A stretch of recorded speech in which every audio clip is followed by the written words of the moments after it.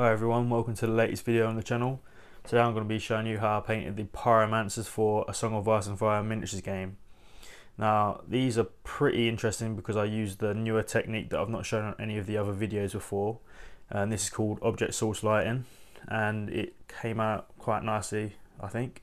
Now this is a simple way to do it, but I only show it at the end after I've painted everything else. So if you like the way these look, please consider liking and subscribing. And let's get straight into the video. So as normal, I start with the eyes, and with these guys I actually base coated them with a brown undercoat, and that's just because I actually run out of black undercoat.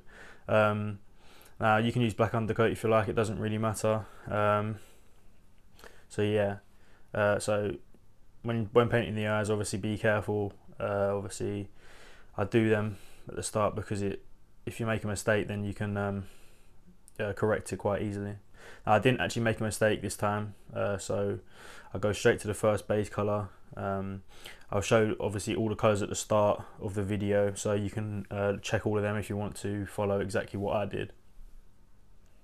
Now when doing the skin tone, obviously because the eyes are now done and at their final stage, you want to be careful not to get any onto those parts that you've already painted, so just be careful with that. You want to be using the most detailed brush around the eyes if you can. If you're comfortable with how neat you can be when you're painting, then obviously you can use a larger brush if you want to. This face is actually quite interesting because he's got a different hairstyle to quite a lot of other figures. So because he's bald on top of his head, kind of like a monk style haircut, you want to paint that part last, because when you're painting the face, you need to turn it to make it more comfortable for you, and you don't want to obviously paint the top of it and then touch it afterwards. It just messes up the texture of the paint that you're doing. So just be careful when you're doing this. It doesn't really matter if you get it on any other parts, but it's best to be neat as possible when you're doing it. So now that I've done the rest of the face, I start with the top of the head. Now this brown base coat that I did is quite an interesting one because it gives a kind of shade to the skin, so you don't really have to have 100% coverage on the skin tone straight away. So don't put the paint on too thick or anything like that. Just get good coverage on all the parts that you need to be the skin tone, and then leave it as it is, because we're going to be highlighting quite a few times for this skin tone. Now when you're doing object source lighting and things like that, it's an interesting one, because some people don't paint the area that's going to be covered in the light of the object source lighting. I think it's better to, if you've not done it before, it's better to paint the figure as you would normally and then add the lighting on later on. So obviously that hand would be covered in green, so more advanced painters might leave that and then paint it green later on, or whatever colour the object source lighting would be later on. But just paint the figure as you normally would, and then we can do the more advanced stage later on. So after I've done the base coat, obviously you can see that I'm doing the second colour, or the first highlight. Again, I'm being careful not to get it on the eyes, and now I'm obviously leaving the deepest recesses the original base colour for the skin tone. And when I'm doing these parts, I'm using the most detailed brush that I have. Now you don't want to be using a brush that's really small. You want to be using a brush that's just you know, the right size for the job that you're doing. If you're struggling with doing faces, I'd suggest to do or use a smaller brush, or a smaller detail brush. As with any highlights, obviously be careful not to get it on any other parts that you've already painted, and again try not to get it on parts that actually haven't been painted at all, like that collar there or any other parts of the cloth.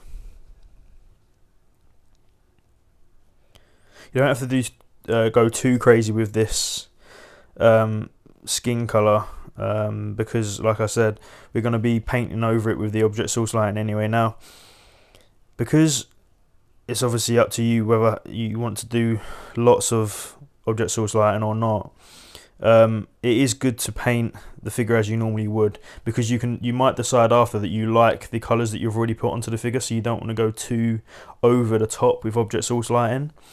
And also, if you make a mistake with a colour when you're painting it, you can just go over it with object source lighting. So object source lighting is good in a variety of ways.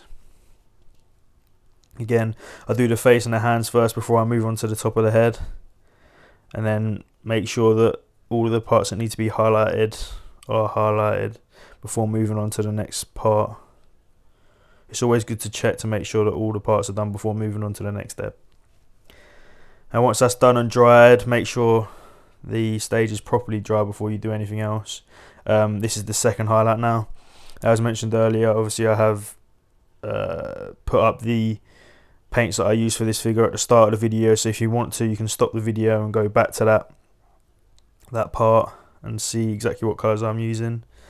And again, doing less and less when I'm highlighting, trying to pick out the most obvious features of the face. Now, it's important at this stage to figure out what parts are the most important raised edges on the face, because this will be hit by that object source lighting later on. So if you get a good understanding of exactly what should be where when you're highlighting the face, it just makes it easier at the later stages.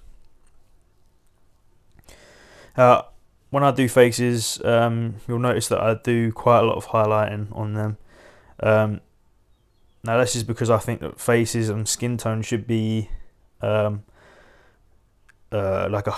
to a high level, just because your face is drawn to it when you actually look at the figure. You might decide that 3 colours are more than acceptable for a skin tone, or 2 colours are more than acceptable. So you can stop at any stage if you want to. You know, if you paint your army in a certain way, then do the skin as you would that way, to make it fit into your army better.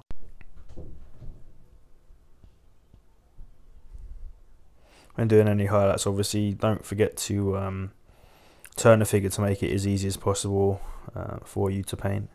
Now when painting the top of the head, because it's a flat surface, you might want to naturally just paint the whole thing, but to make it actually look like it's kind of been highlighted up, try to leave just a little bit in the recesses where the hair obviously at the top meets the skin.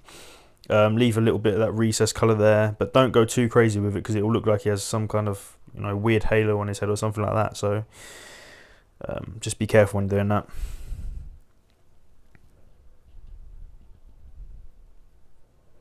Now when doing the hands, try to leave kind of like a recess on the actual back of the hand, and trying to paint like lines for each digit of the hand.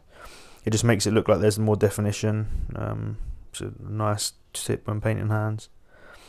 Now that those colours are done, it's time to do a wash. Now this defines the figure even more, and it kind of ties in all of those colours that we've already painted on all together to make it a nice smooth blend. Now you don't have to do this step if you don't want to. You can just go on to the next levels of highlighting, but I think that doing this stage just kind of adds nice tones to the figure. Now this is the flesh wash, obviously. Now this colour is really good for lots of different things, but it's obviously perfect for flesh. Now again, be careful when going around the eyes. You don't want any of this to go on the eyes, otherwise it will start to look like a brown colour. Obviously it's a simple fix. If you do, you just have to paint white over the eye again. Also with this wash, you want to make sure that you don't go too heavy with it, you know, kind of blocking out colour that we've already done. This is just kind of like a tint to the skin that we've already done, so just be careful with that and make sure that there's no pooling. When you've done that, make sure it's properly dry before moving on to this stage. Now this is essentially the third highlight of the skin colour. And now that the wash is in all of the recesses, it makes it very, very easy to see exactly where the highlight should go. Now again, use the most detailed brush that you have and put on the smallest amount of paint on the tip. You can see exactly how much I've got onto the tip of my brush. And what it means is that the brush no, the paint on the brush will dry quickly, so you have to work quite quickly with this. Don't be afraid to keep on going backwards and forwards from your palette onto the figure. Now, if you find that the paint on the tip of your brush is drying too quickly, it means that you've not diluted down your paint enough. So, or you know, if you're if it is usable, but the surface of the skin is getting thick and, you know, textured, then dilute your paint down more, and you're not to a water consistency, more like a milky consistency. But if you're having those problems, that's likely the cause of it. It's not diluted enough. Again, as I mentioned before, be careful around the eyes, because you've got much less paint on the brush now, and the details on this face are quite prominent. It's not it's quite actually hard to get it onto the eyes. So, but again, if you do, it's quite an easy fix. You can paint the eye socket black if you need to, if you make a massive mistake, and then just do the 2 white dots for the eyes. Notice how I turn my brush to get into the weird angles. Now, sometimes it might be easier for you to actually turn the actual figure itself, so just make it easier for you, whether that be turning the brush or the hand that's actually holding the figure. Don't forget as well that the model actually has ears. Now, some of these figures might have soft detail for the ears. I noticed it on a few of them, but some of them are actually okay. Just be careful when doing that, and make sure that you paint the ears if they are, because obviously they are there. As mentioned before with the head, leave as much of the recess as possible, whilst also making it look like he has hair and you know, not a halo on his head. These is all redefining the lines that we've already done, so you can essentially follow that, just leaving a little bit of that recess colour that we originally done. You can see how doing more and more highlights on the skin colour starts to make the figure look quite realistic and has nice smooth transitions between. If you had, you know, less highlights on the skin colour, it wouldn't stand out as much. And if you think that's fine, then do it the way that suits you best. So that's the third highlight done. Now we're on to the fourth highlight now. Like I said, obviously some of you might think that this is over the top, but if you actually think about it, spending 15 minutes on doing the skin colour actually isn't that much time for a nice effect. So, you know, some people might sit down for a few hours every night, or a few hours every week maybe. So spending a little bit extra time on a skin tone actually might be, you know, time wasted in some people's eyes, but in actuality, you'll be very happy with results for a little bit extra time spent on it. So if you don't normally do it, I suggest trying it out. It's a good thing to practice, because you can apply this extra highlighting level to any part of the model. You know, doing one extra highlight on the cloth, or an extra highlight on the swords, or whatever you do, doing one extra highlight just brings out the model even more and takes it up to that next level. So it's good to try out new things when painting. I used to paint skin tones with just 3 colours, and you know, the effect is really nice, but you don't appreciate how much one extra step takes up your painting level until you try it, obviously. So you can obviously see how every stage that I do on this takes it just to that next level. Sometimes though, extra highlighting can make you know, model the colour that you're painting look like a different colour to what you actually want it to be in the first place. So just be careful when you're doing it.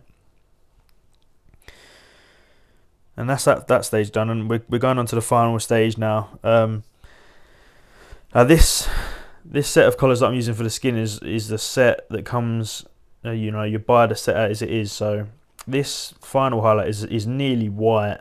Now you want to use this colour very, very sparingly. Because if you start painting his skin white, like pure white, it will make him look like a ghost. So use this just for spot highlights, on the knuckles, on the edge of the nose, the cheek, and the ears if they're very you know, obvious that they need to be highlighted. Well, because these figures are so small, obviously you don't want to be doing too much of this highlight. If you're struggling with the brightest colours when you're highlighting, please do look at other references, just to kind of get a good understanding of where certain highlights should be for certain surfaces.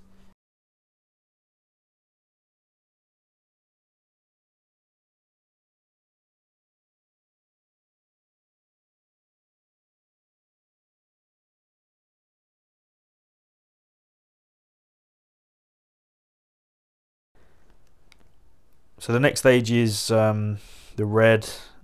A lot of the artwork depicts these guys as wearing red. Now I was kind of looking in quite a few places to try and understand exactly what they wore. I couldn't really find anything.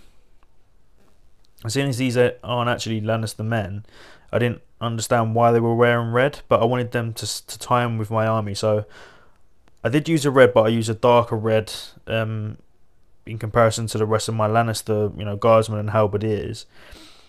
So use whichever colour that you prefer, or you've been using for the rest of your army, and begin painting it. Now you don't want to be going too thick with this initial colour. You just want to make a good even coat. I work pretty quick when you're doing these large flat surfaces, because if you take too long and certain parts of it start to dry, then the paint will start to kind of rip and create a texture that you don't want on the figure. So start from one area, move from that area to the, you know, from left to right, as you can see, so that you're kind of consistent with exactly what you're doing. Do large, you know, top to bottom brush strokes, or left to right brush strokes, so that you don't break the surface of the paint that you've already done.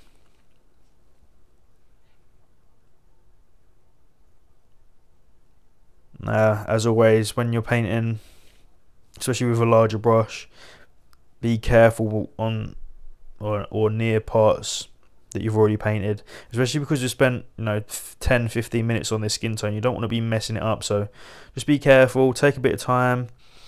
If you don't feel comfortable with you know, how tidy you can be with certain brushes, then just use a smaller brush and go slow with it. Speed comes with practice. It's more important to be neater and take a bit more time if you need to.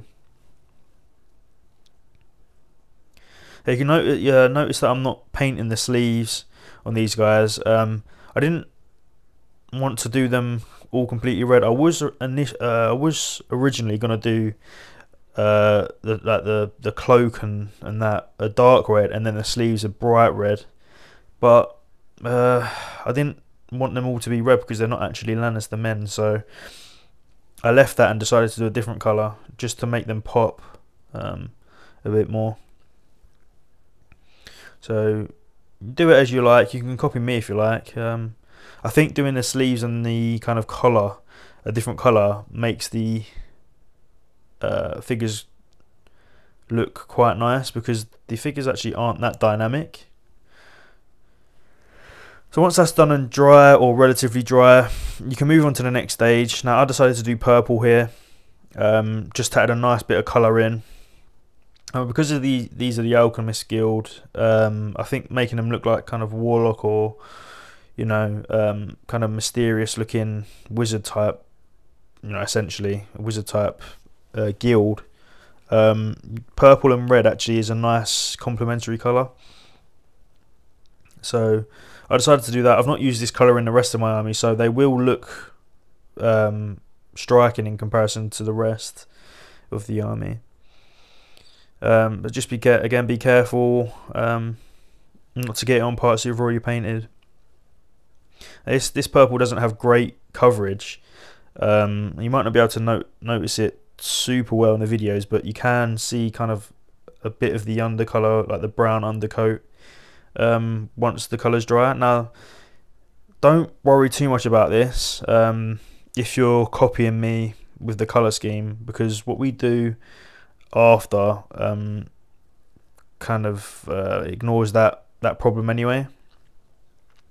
But if you're using a different color, then if you have to do multiple coats just to make sure that color is solid for you to then make a highlight on.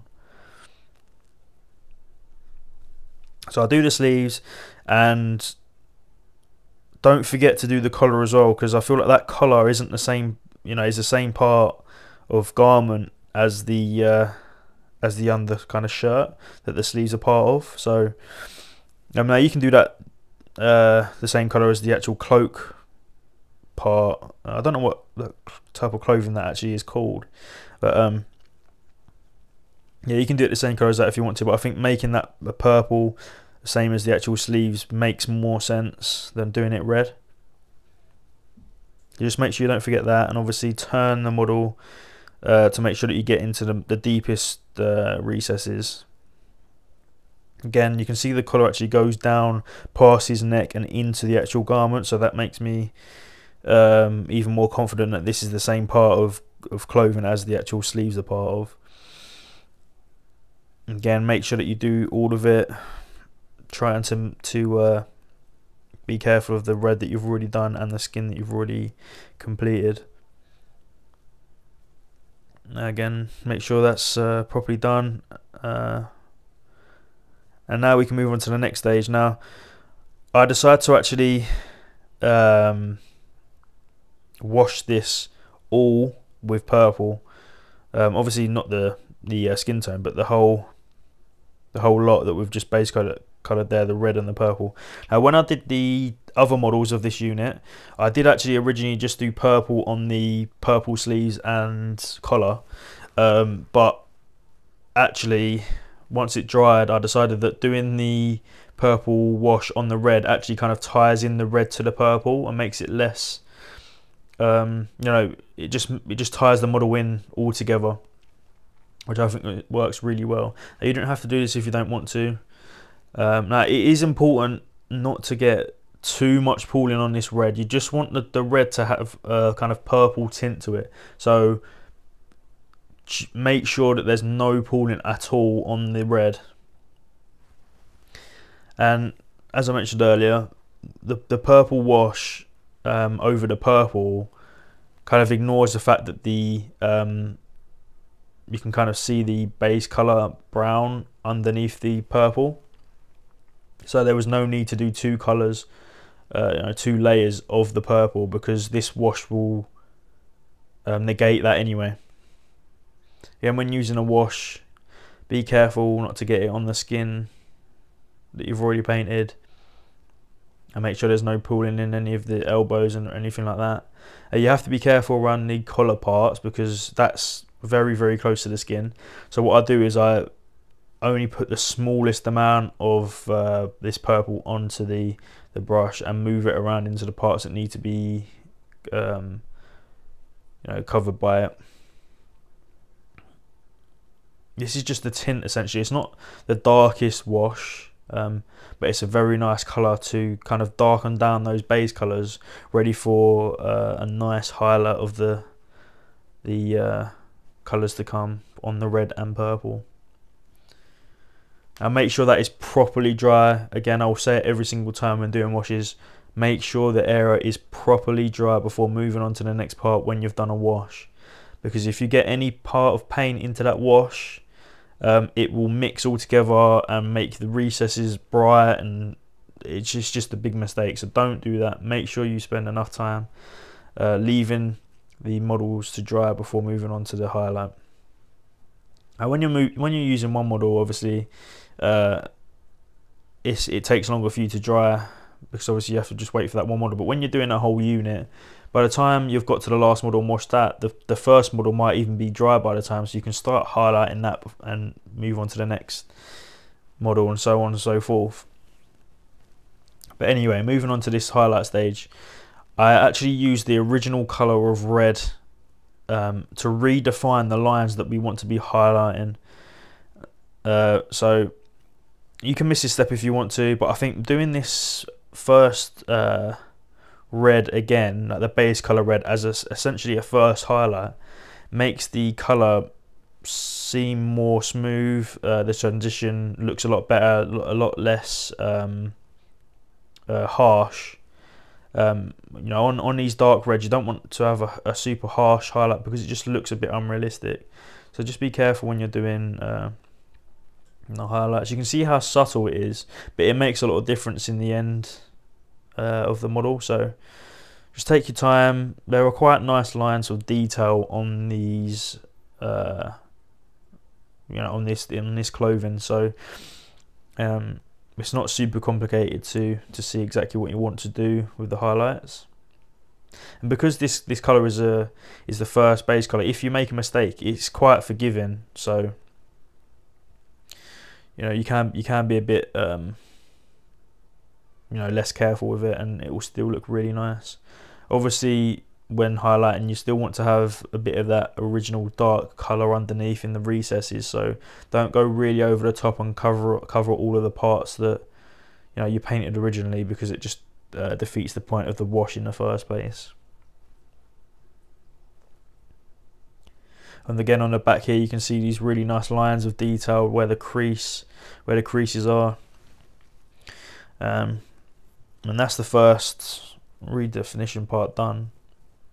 Again, once that's dry, we can move on to the actual first highlight color of red, and you see how much that color makes a difference. Now, if you put that color on first in comparison to the dark red after the wash, that would have been a very, very bright highlight.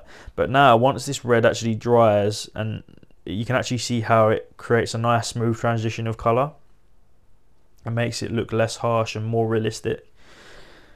So it creates a really nice color. So yeah, as mentioned before, I have used this color on other parts of my Lannister forces, like the cloaks and things like that, so these guys won't look out of place in comparison to the rest of my army, because they're using the same color. But with the pop of purple on them, they look like a different you know, like a different part of the army as well. So I think it is good to use a different color on the sleeves. Now, I've seen plenty of really nice depictions of people's pyromancers with the same color sleeves.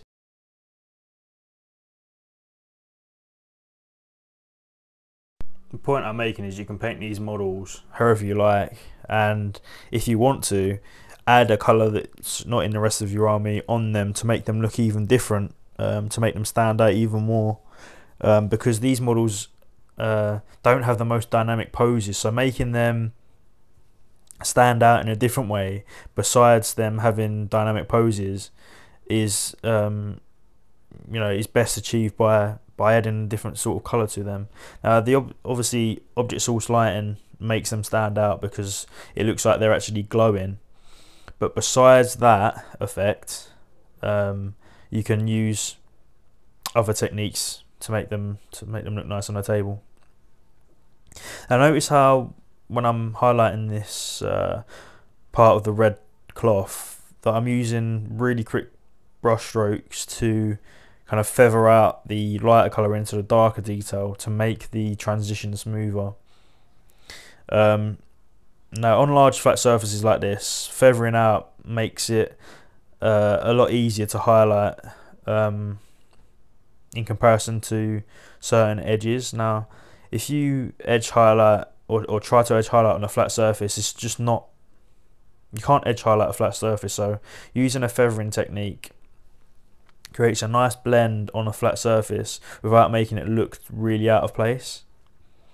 So try to use that technique if you do struggle with doing flat surfaces. It makes it a lot easier to do them.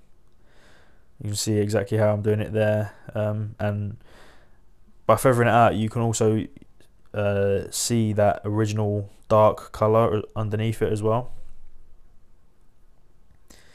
Again, as I mentioned before, the lines, there are some nice obvious lines of places to highlight on this model, and as you go brighter and brighter you can just follow the lines that you created in the earlier steps. So just make sure you follow them, obviously leaving darker parts of the original colour underneath in the recesses.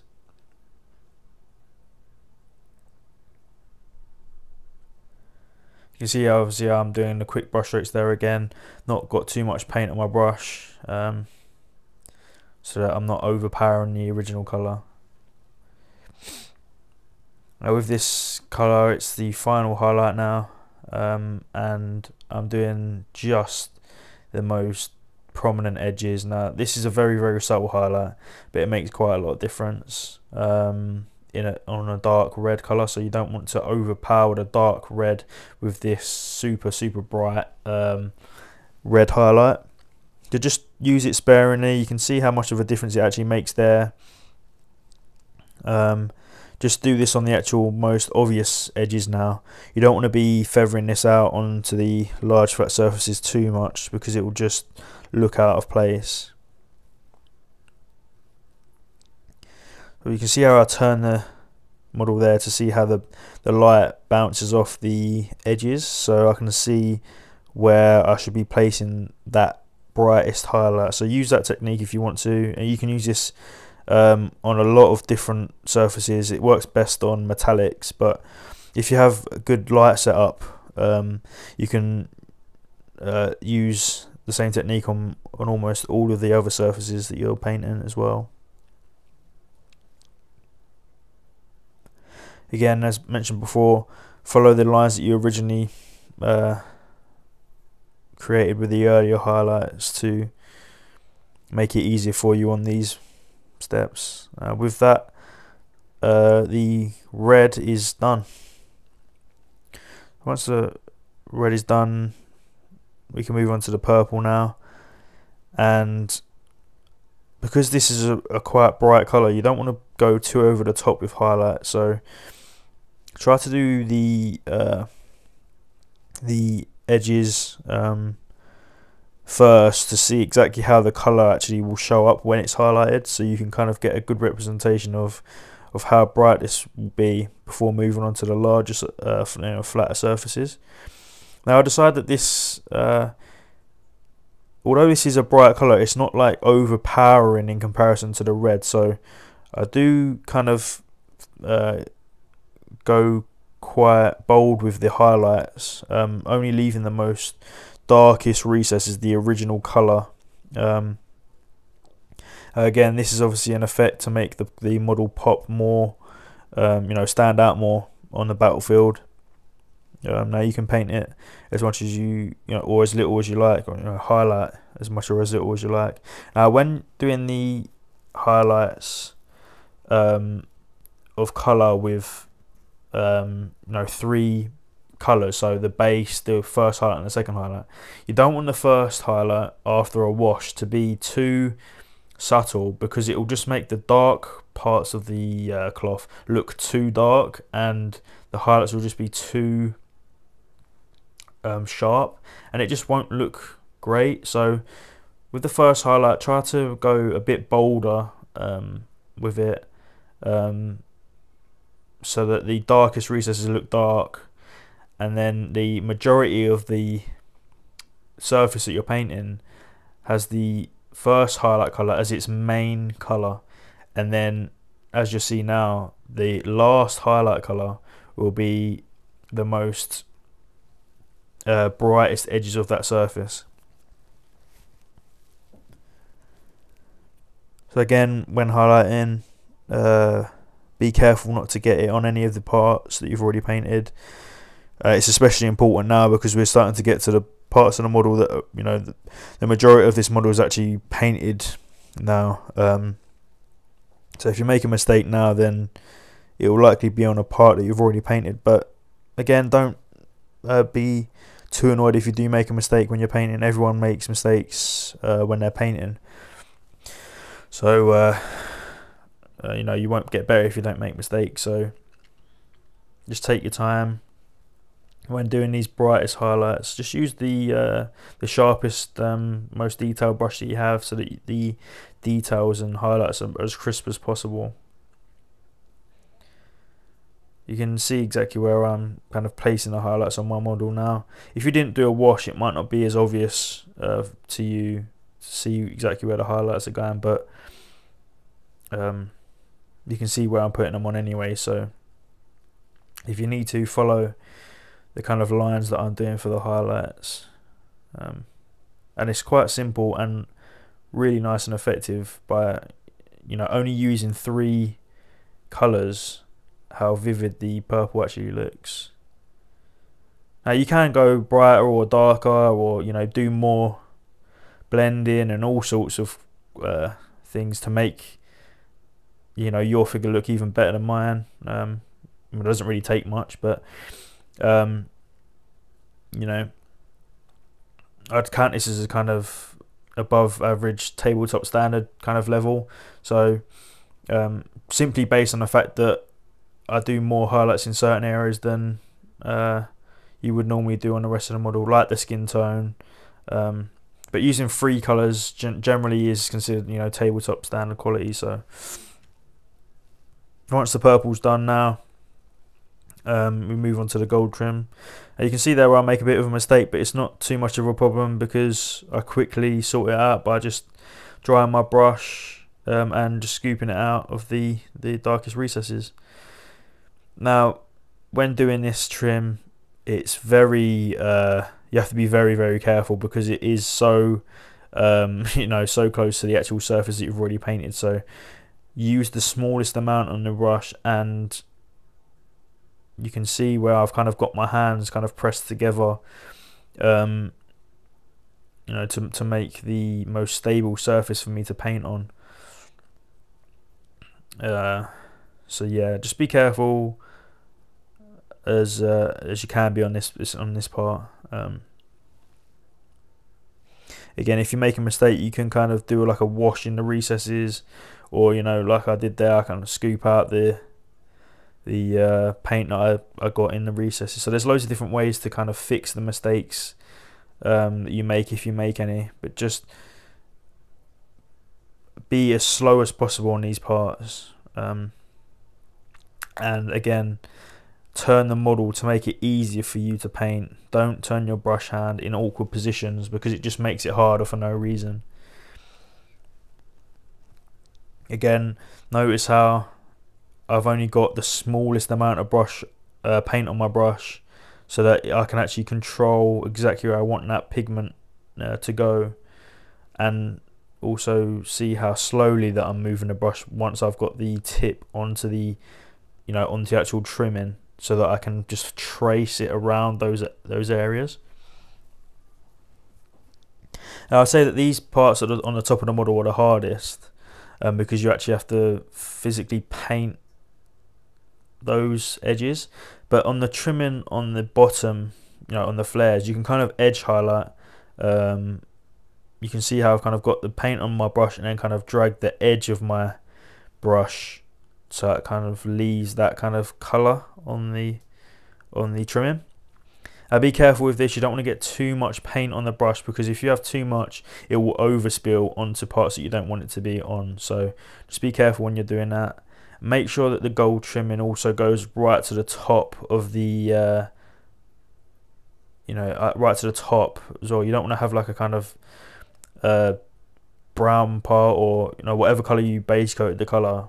You don't want it to be black there. You want the whole lot to be gold, or, you know, or silver trimming if you're doing it silver, or, you know, whatever colour you're using for the trimming colour.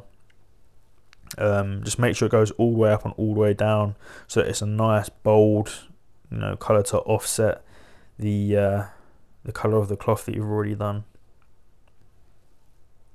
Again, you can see the underneath of the clothing there, so make sure that it goes all the way around, You know, it's the same thing that I did with the red as well underneath. I even highlighted the red under there, but I didn't go too over the top with that because you don't really pick up a figure and look at those parts. So I think it's just important to make sure that you do actually get those parts.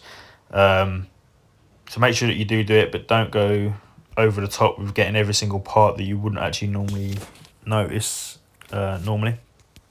I do decide to do the gold on the you know, the armor on his wrists, gold there. Now you can do that any color that you like. I think just doing it gold kind of ties in the model nicely. I think doing silver just wouldn't look right. You know, if you did you know, silver trimming on the clothing, then silver trimming on the wrist armor might look right, but for me, I decided to do gold. Again, the detailing is quite good. It looks like flame, but just be careful around the skin color. Try not to get it on that or get it onto the, you know, into the recesses really. Again, turning the model around to make sure that I'm getting all the parts that need to be painted, properly base coated. Now when I'm, you know, if I'm highlighting these parts, I wouldn't normally highlight the underneath parts because you don't normally see it, but make sure that you get a proper base coat on. Now with the base coat of the gold done, it's a lot easier now to do the highlighting because you can just kind of quickly trace around those parts that you've already painted. Now I'm not going, you'll notice that I'm not being super crazy with this highlight because the glass orb of the wildfire is in his right hand and it's quite close to his chest, so the green glow will actually be covering quite a lot of this gold, so you might actually want to miss out this step. I'd do it for the sake of completion. Like I said at the start of the video, if you're new to object source light and you've never done it before, paint the model as you normally would, because you might not want to go too over the top with this technique. You know, especially if you're a new painter. Generally, when you're trying new techniques, it's a natural reaction not to go too heavy handed with it. So you might not go over the top with it. So paint the gold as you normally would on any other model, but if you want to, you can miss out this step. You notice how I'm just being quite quick with it, and I wasn't going to do the third highlight of the gold either, but I thought I'll do it for the sake of completion because I'll do it on every other model. But I would suggest that even if you don't do this normally, then I would skip this part especially, because you won't even notice it likely, and it's just a bit more extra time that you could spend painting the rest of the model. You can see how I do it on the tips that I think aren't going to be hit by the object source lighting. But besides that, I'm very quick with this stage and move on to the next stage. So with the gold done, we move on to the trousers. I decided to do these brown. With the other models in the unit, I kind of alternated between certain different colours. I think I've done a few black, a few brown, you know, a few dark brown, a few light brown. So you can do them all the same if you like. Seeing as these guys are part of a guild, it would be likely that they are all dressed in a very similar way. And this is a very quick step because there's not a lot for you to see. So a quick base coat. I move on to the second highlight. Now the parts that do need to be highlighted are very obvious because the sculptor's done a nice job of very sharp edges. So you can see those parts. Just make sure that the original colour is dry before you move on to the next step. And once that's done, we can move on to the second highlight.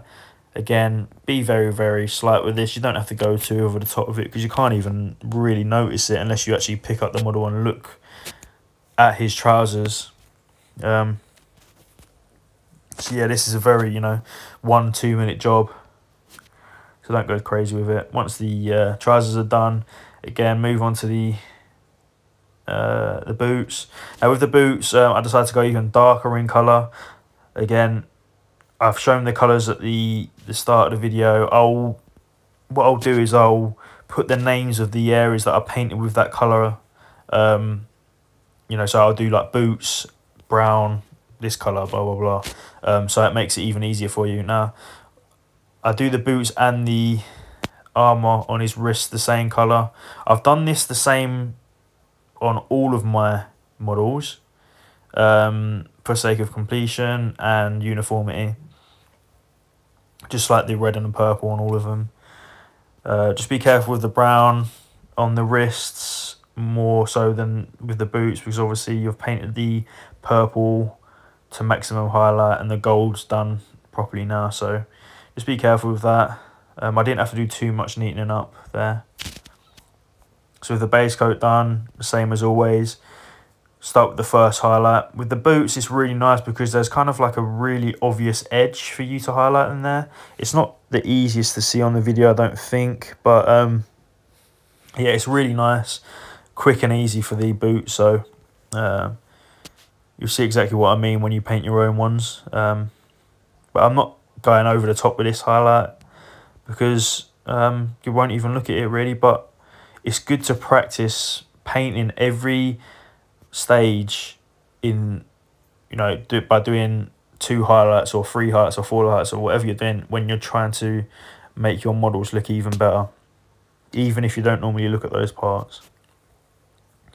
Again, once the boots are done, move on to the armour there, his wrists.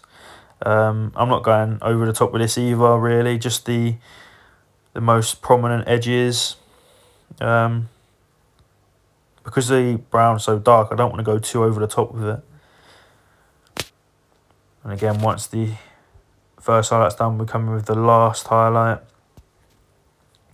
Using the most detailed brush I have, I'm only putting the smallest amount of paint on to make sure that I can properly control exactly where I want that colour to go. You can see there where I kind of had too much paint on my brush, so I kind of rubbed it on my thumb to make sure that I kind of control it exactly how I want. And you can see how I kind of trace the edge of the wrists there, and that's all I do for the highlights there. It's simple but effective, and that's exactly what you need when you're painting figures like this.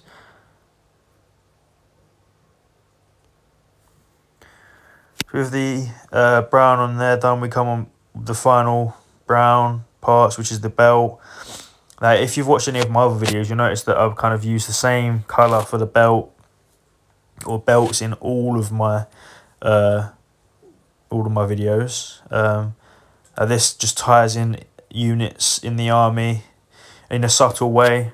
In this unit itself, I have 2 different colours on the belts just by using different techniques. Now, I used the same colour, but you can see on this one where I've kind of base coated the whole belt brown, but with other ones, I kind of started edge highlighting with it.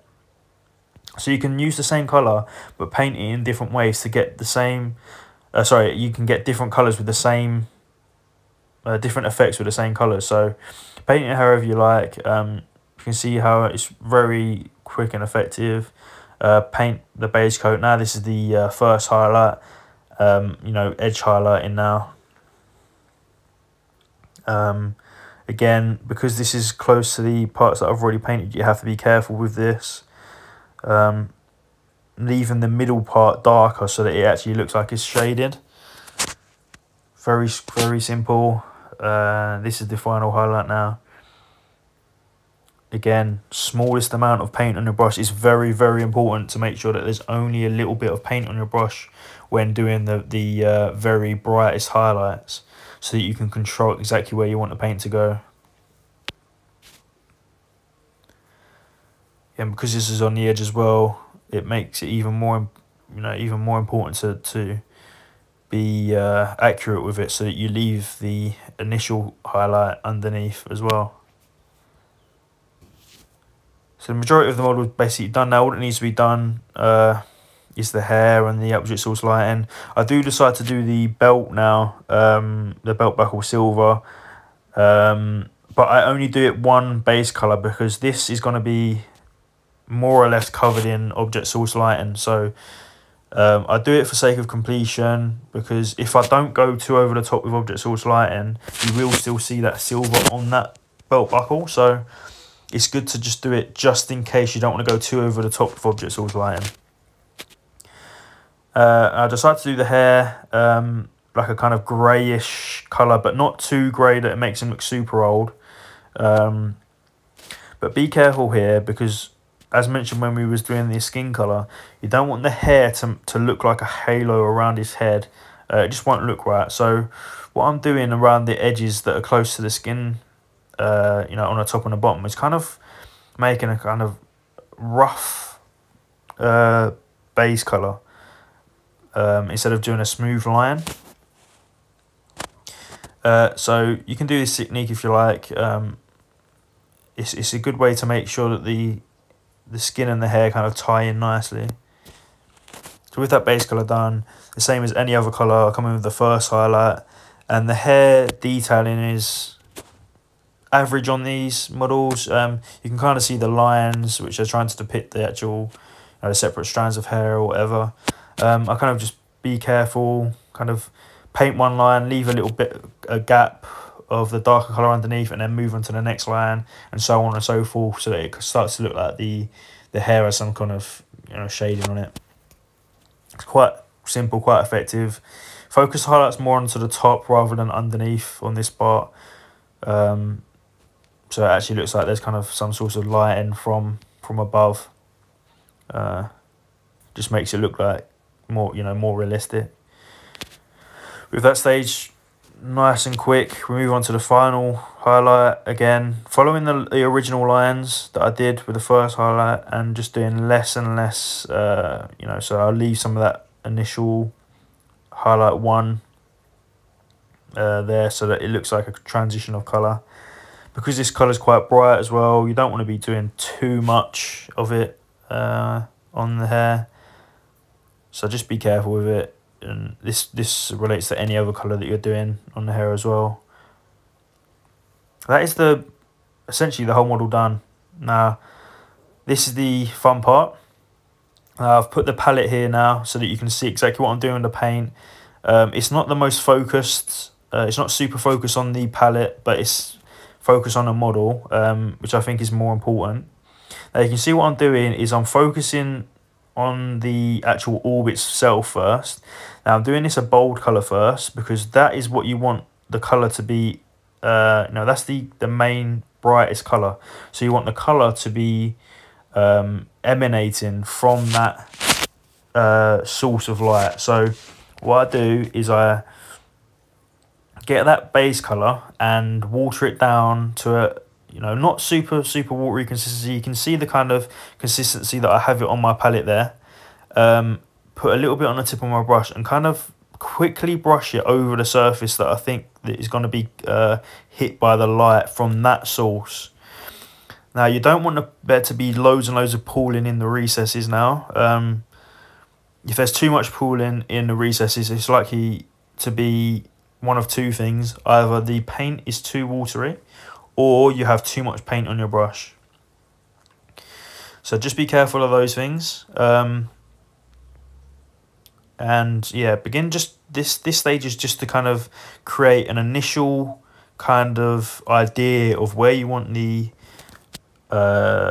light to be hitting. Now over skin tone, be very careful. You don't want the paint to be too thick. You want it to be watered down quite nicely over skin tones, because it will start to make the skin look like it's actually green, and it's not good for the first initial kind of idea of where you want the colour to go. So try to keep your paint nicely watered down. In some areas you can see where I kind of put a bit more pigmented colour in, and that's just to define the actual creases that I've got on the model.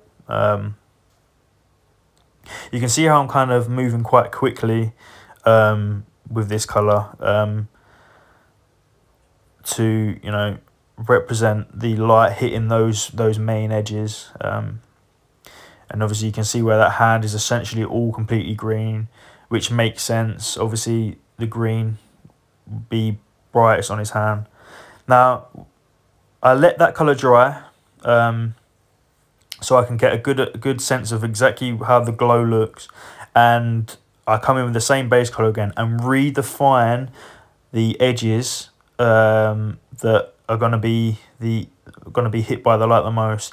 Now, the first colour should be, like I said, a sense of exactly where you want those highlights to be, and now the colours that you're doing now are just redefining the parts that should be green. Now, that green over certain colours won't have complete coverage, so you will need to go over it a lot more. And you can see how, with the redefining of the colour, you can start to see how the actual orb looks like it's emitting that colour and looks natural. Looks like it actually is glowing. You can see how I'm also being a bit thicker with the paint now. That's because obviously you want to actually start to cover up the colours that are underneath. So you can see there where I'm kind of going over the gold parts with the green now. Now, some people might think that a light, so if it's a green light over a certain colour, it might tint the surface of that colour a different colour. So if it's green and blue, you know, it might make it a middle colour between green and blue, but that's not how it works. Light actually covers the surface. So if it's yellow light, the surface that it's touching will be yellow. So make sure that the surface that you're touching with that green glow is green. Now, I'm redefining the face here. Now you can do more or less if you want to. I don't on these models, I think on this model in particular, sorry, I think that I do less than I have on more. Sorry, I've done less object source lighting than I have on others where I've done a lot more. So if you think this is a bit too much, then you can do less if you want to. Yeah, I think it's good to do less to start off with and kind of experiment if you've not tried this technique before, just to see exactly what you think looks right and what doesn't.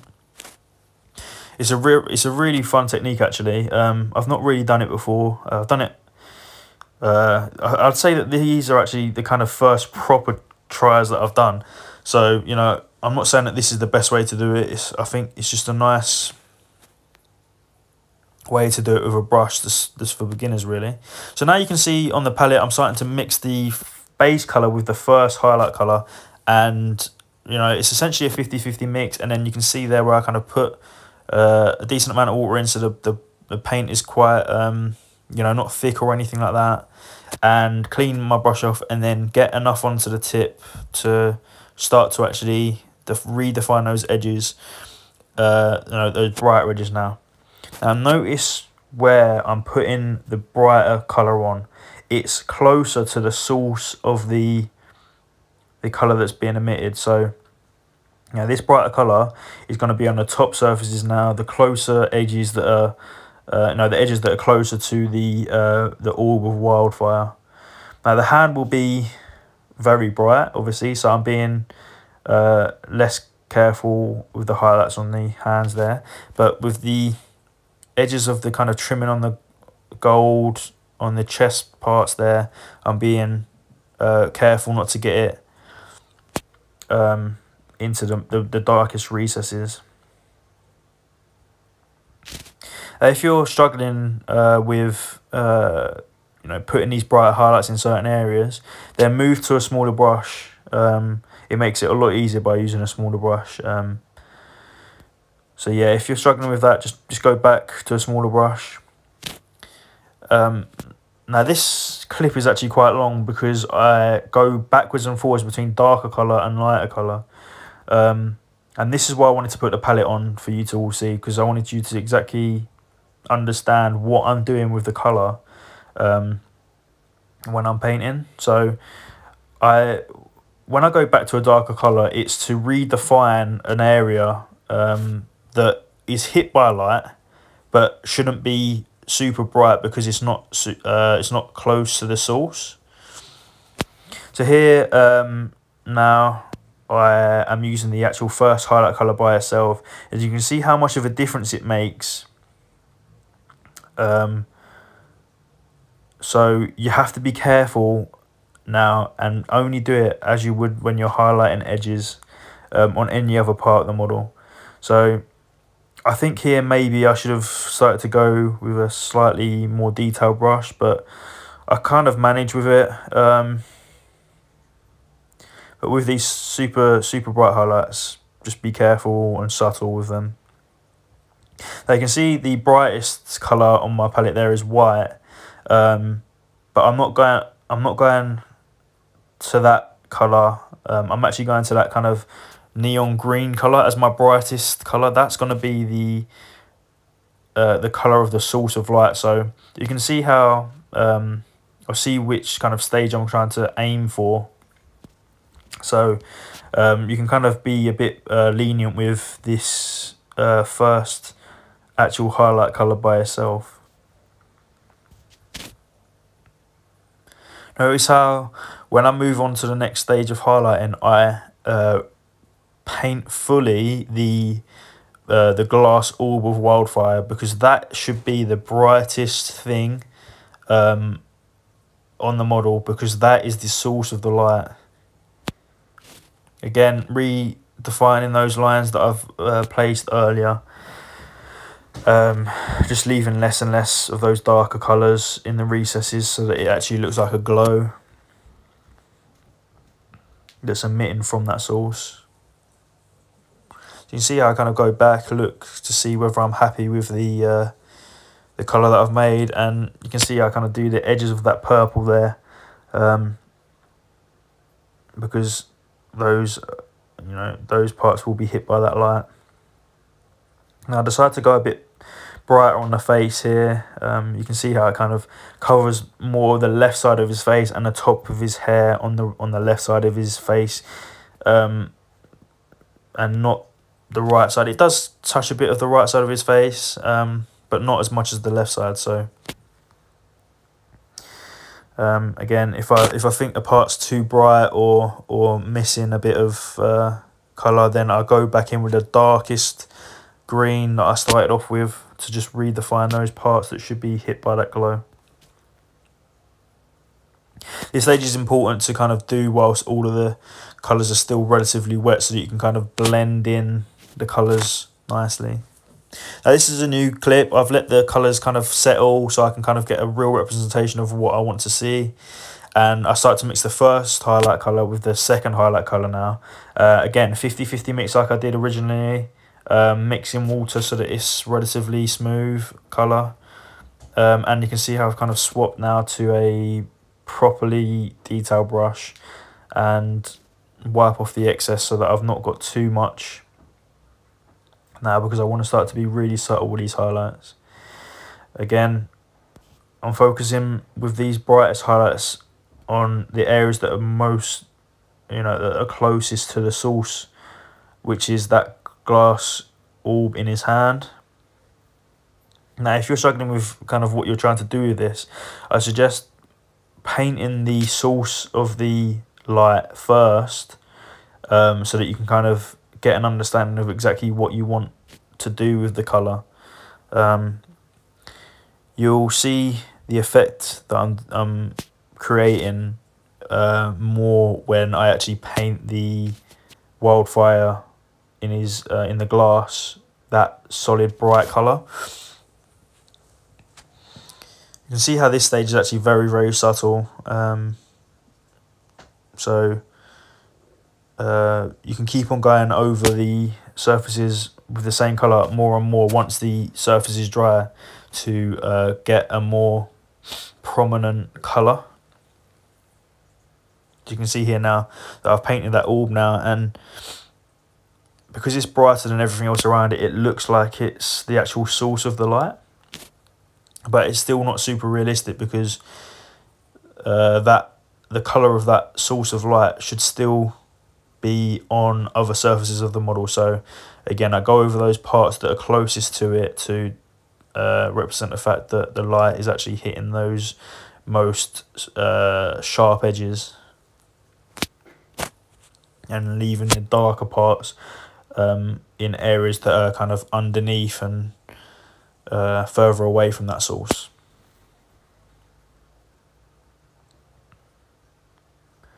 When you're doing this stage, obviously, as you go brighter and brighter, same as with any other stage when you're highlighting, try to do less and less. Now, as I mentioned when I was doing the face, it was good to remember exactly where you're trying to highlight, and this is what I meant. You can kind of see now where I'm highlighting up with this bright green on the most extreme edges on his face now, and that just redefines the fact that he has, you know, that cheekbone, that chin and jawline. It makes it look really nice. Again, if you didn't go too over the top with the OSL, then you might not even have put any of the light on his face, or might not be brave enough to do it. But like I said before, when you're trying a new technique, you just need to experiment with it. So it's exactly like what I did here. This is essentially my first proper go at doing OSL, so this isn't the best way to do it or whatever, but with a brush I think it works pretty well. I think it came out okay, so take it with a pinch of salt if you like. You can see there where I've kind of mixed in even more of the highlight 2 colour with the 50-50 mix of highlight 1 and highlight 2. And that's because I want to have a smoother blend. I don't want to have a really bright transition of colour. So you can do this if you like, just to make a smoother blend, or you can just kind of step up straight to the brightest colour. But I think when you're going to paint bright colours like this, making a gradual highlight makes the transitions much smoother, much more realistic. You can see how the paint on the palette isn't dry or anything like that either, so try to get the consistency as near as that as possible. Like I said before, if the paint's drying too quickly, it's likely because you don't have too much water, you don't have enough water in it or something like that. So you can see with these brighter colours now as well that the definition on the model is coming out a lot more, which makes the glow look much more realistic. So trust the process with this. It takes a bit of time. It won't all come out in one go. Just be patient with it. You can see now where that source of the light is being brighter, looks a lot more like it's glowing. And you can see now where I start to decide to go with the brightest highlight. Again, mixing in white. Mixing in water to make sure that it's the right consistency, and begin to paint the model with it. Now with this super bright colour, it's not going to have 100% coverage straight away. So trust the process, take a bit of time, be patient with it. If you need to, let the paint dry before moving on to the next stage. But because I'm doing quite a lot of OSL, I kind of go back from light colour to dark colour to light colour again. So if you're doing it like that, then obviously you can go backwards and forwards and wait for one surface to dry before moving back to it to create a brighter highlight. You can see now where I'm creating these brightest highlights now with a final colour, and in some areas I kind of go a bit over the top with it, so I kind of take the paint off my brush and kind of feather it out into those areas surrounding it, so it kind of looks like it's the light's dissipating onto those surfaces. So just be careful with this bright highlight, and only put the smallest amount onto the tip of your brush. Again, remember that the closest surfaces to the source will be the brightest, so further away you don't want to be doing too much, be painting too much of this colour.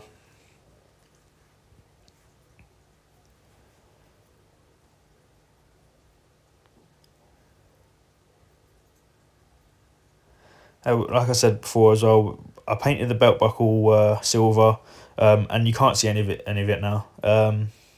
So you could have left that stage out if you wanted to, but you know, for sake of completion, making sure the model is completely painted before doing OSL is a good practice for newer painters.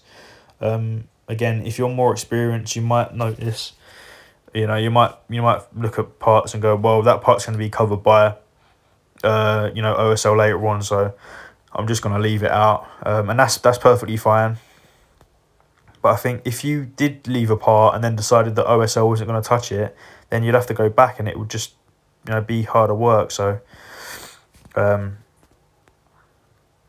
so yeah, just be mindful of that. So you can see here as well, like I said, I let the area dry so that I can kind of redefine those brightest parts with that lighter colour again. So do that, especially if you're highlighting with yellow over, this is called yellow green, I think.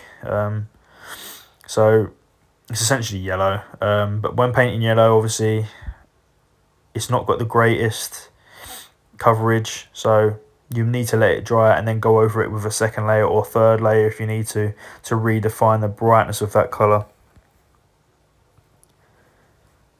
You can see now where I kind of mix in white. Now this is to highlight the glass orb, and I only do it on a glass orb and only a little bit, just to define the fact that it is glass. So that's the model done. You can see now that I've done the varnish, and it's relatively shiny. You can do like a spot varnish with like a brush on gloss, but I think this looks fine as it is. And here's the unit fully completed. You can see how the glow on each of the different figures looks different depending on where the actual source of the light is. But yeah, I think it came up pretty well for essentially the first go.